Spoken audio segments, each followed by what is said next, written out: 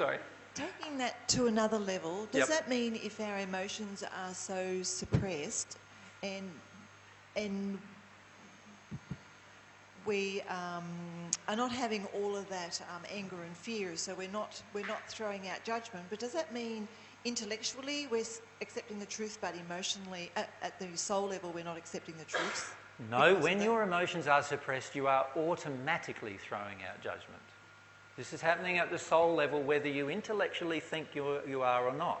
You see, this is the problem with the intellect, is that once we get to this stage where we want to reject the causal emotion, from that moment on, we are now projecting to the universe judgment of any truth that comes to expose that causal emotion.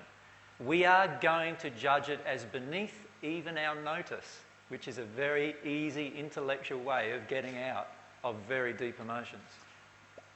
But even if you don't make those judgments, and because the causal... Can I just stop you for a sec? Yeah. Understand you're already making the judgments. They're already being made at the soul level. And you don't know that you're doing it. You don't even know that you're doing it. Yeah.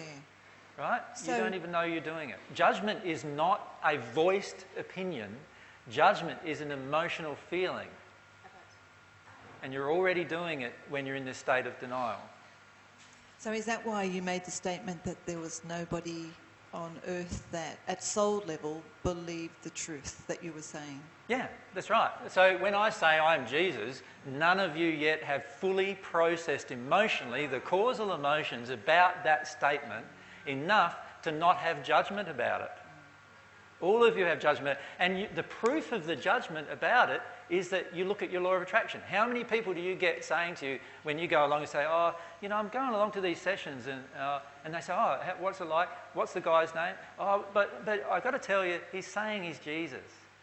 Now, can you feel your own judgment of that? Like, how many of you feel, lots of judgment in that? You know, you're afraid of what that other person's going to think of that now, aren't you?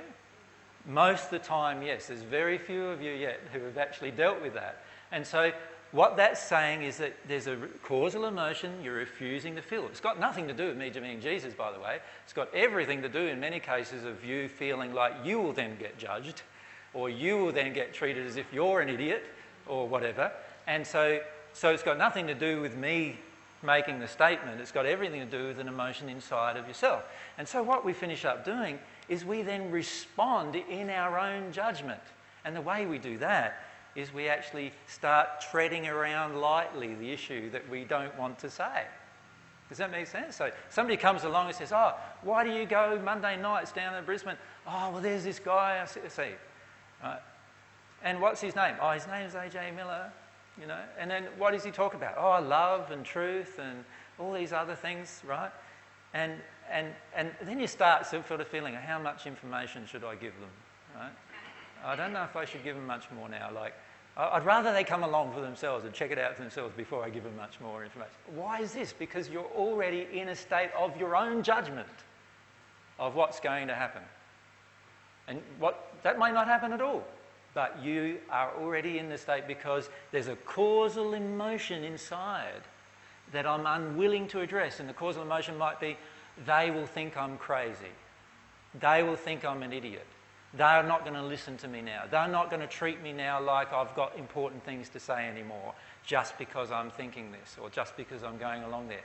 There could be 50 causal emotional reasons why I can't state the truth. Does that make sense? Easily.